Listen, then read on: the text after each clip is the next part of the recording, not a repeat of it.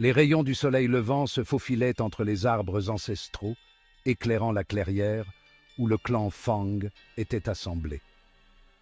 C'était un matin comme les autres, mais l'atmosphère était lourde de tension. Les oiseaux chantaient timidement, comme s'ils ressentaient la gravité de la situation. Une atmosphère pesante régnait, chargée de suspicion et de rancœur. Les membres du clan se regardaient avec méfiance, chacun se demandant qui allait prendre la parole en premier. Les murmures se faisaient entendre, des chuchotements de doute et de crainte. Au centre de la clairière, Fang Yuan, un jeune homme au regard sombre, se tenait face au patriarche du clan, un vieillard au visage marqué par le temps. Le contraste entre la jeunesse de Fang Yuan et la sagesse apparente du patriarche était frappant. Les deux hommes se fixaient, chacun attendant que l'autre parle. Fang Yuan, tu oses défier mon autorité? Le ton du patriarche était sévère, presque accusateur. Il n'y avait pas de place pour la désobéissance dans le clan Fang, et encore moins pour un défi aussi direct. Tu prétends mériter l'héritage de ton grand-père, plus que quiconque ici présent? La question résonnait dans l'air, chaque mot pesant lourdement sur les épaules de Fang Yuan. Les autres membres du clan retenaient en leur souffle, attendant la réponse du jeune homme. Fang Yuan serra les poings, ses ongles s'enfonçant dans sa chair. La douleur physique était un faible écho de la douleur émotionnelle qu'il ressentait. Il avait passé des années à prouver sa valeur, à montrer qu'il était digne de l'héritage de son grand-père. Il était las des mensonges, las de l'hypocrisie. Chaque sourire faux, chaque parole mielleuse lui donnait envie de crier. Il avait vu les vraies couleurs de sa famille, et elles n'étaient pas belles à voir. On l'avait dépossédé de ce qui lui était dû, relégué au rang de paria au sein même de sa famille. Il avait été traité comme un étranger, un intrus dans sa propre maison.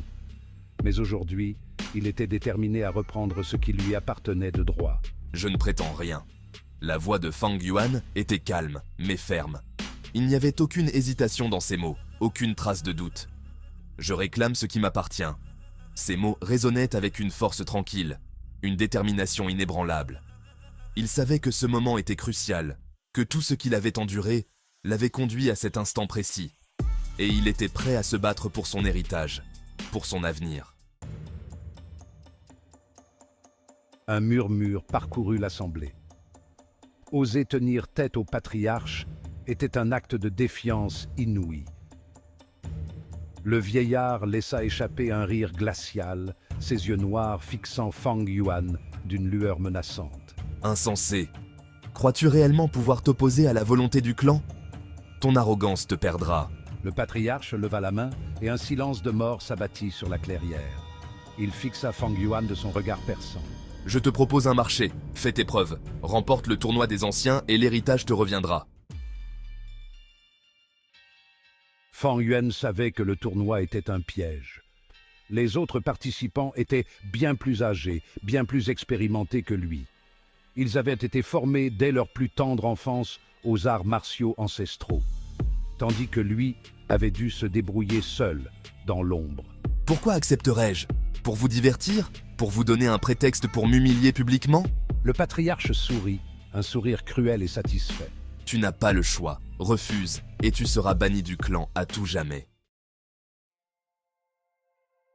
Fang Yuan ferma les yeux, inspirant profondément pour calmer la fureur qui bouillonnait en lui.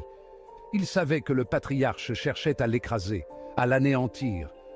Mais il ne se laisserait pas faire. Il se battrait bec et ongles pour obtenir ce qui lui revenait de droit.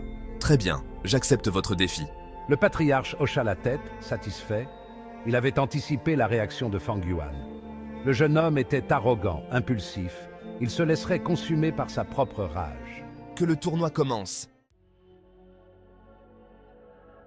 Alors que Fang Yuan se préparait pour le tournoi, il pouvait sentir les regards pesants du clan sur lui. Chaque mouvement qu'il faisait était observé, chaque respiration analysée. Il savait que ce tournoi n'était pas seulement une épreuve de force physique, mais aussi un test de sa détermination et de son courage.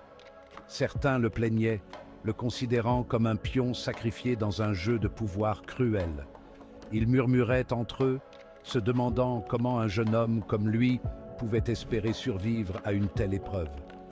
Les plus âgés se souvenaient des tournois passés, des jeunes guerriers qui avaient échoué et des conséquences tragiques qui en avaient découlé. D'autres le méprisaient, le voyant comme un parvenu avide et irrespectueux. Pour eux, Fang Yuan n'était qu'un opportuniste, prêt à tout pour gravir les échelons du clan. Ils ne voyaient en lui qu'un jeune homme arrogant, ignorant les traditions et les valeurs ancestrales. Leur mépris était palpable et leurs regards étaient aussi tranchants que des lames. Le pauvre, il n'a aucune chance, chuchota une femme à l'oreille de sa voisine. Il est trop jeune et inexpérimenté. Il est bien trop arrogant pour son propre bien, répliqua l'autre en hochant la tête. Il ne comprend pas les véritables enjeux de ce tournoi. Fang Yuan ignorait leurs paroles venimeuses. Il savait que prêter attention à ces murmures ne ferait que le distraire de son objectif. Il avait appris à se concentrer sur l'essentiel, à ignorer les bruits de fond qui tentaient de le déstabiliser.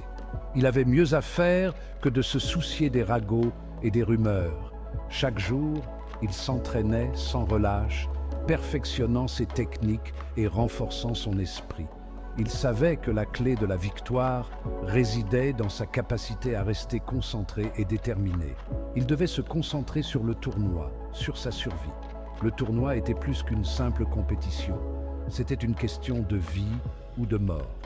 Fang Yuan savait que pour triompher, il devait puiser dans ses ressources intérieures, faire preuve de résilience et de courage.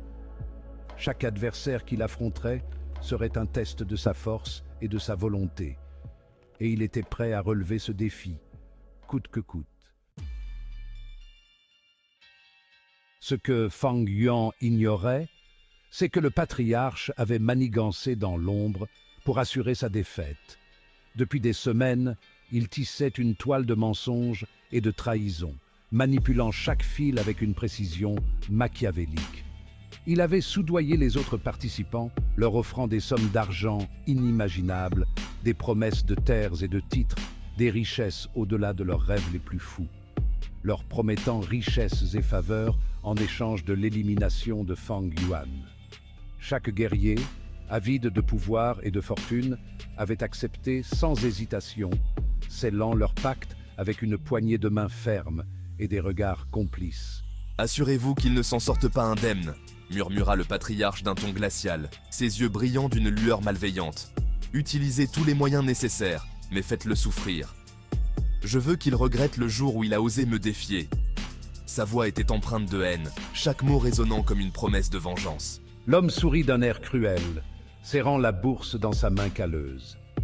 Il savait que cet or n'était que le début de sa récompense, et il se délectait déjà de la souffrance à venir de Fang Yuan. « Ne vous inquiétez pas, dit-il d'une voix rauque, son regard perçant fixant le patriarche. Nous ferons en sorte qu'il apprenne à respecter son supérieur. Et quand il sera à genoux, suppliant pour sa vie, vous saurez que votre plan a parfaitement fonctionné. » Le patriarche hocha la tête, satisfait, tandis que l'ombre de la trahison continuait de s'étendre sur Fang Yuan. Le tournoi débuta dans un climat de tension palpable. Les combats hétéro-brutaux, sans merci.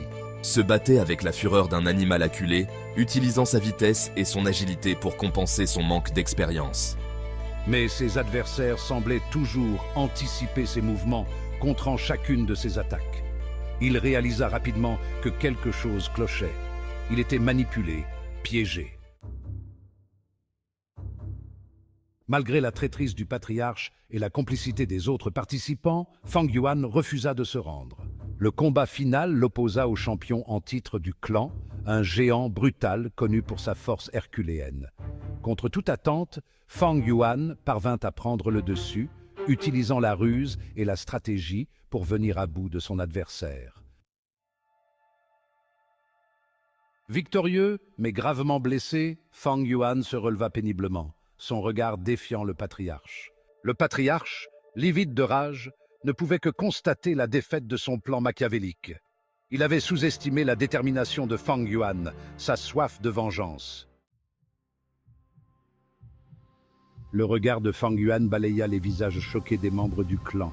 Il ne ressentait aucune joie, aucune satisfaction, seulement un profond sentiment de vide et de désillusion.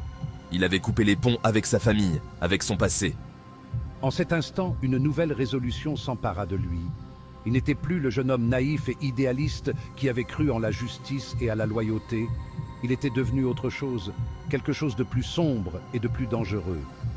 Il était devenu un monstre.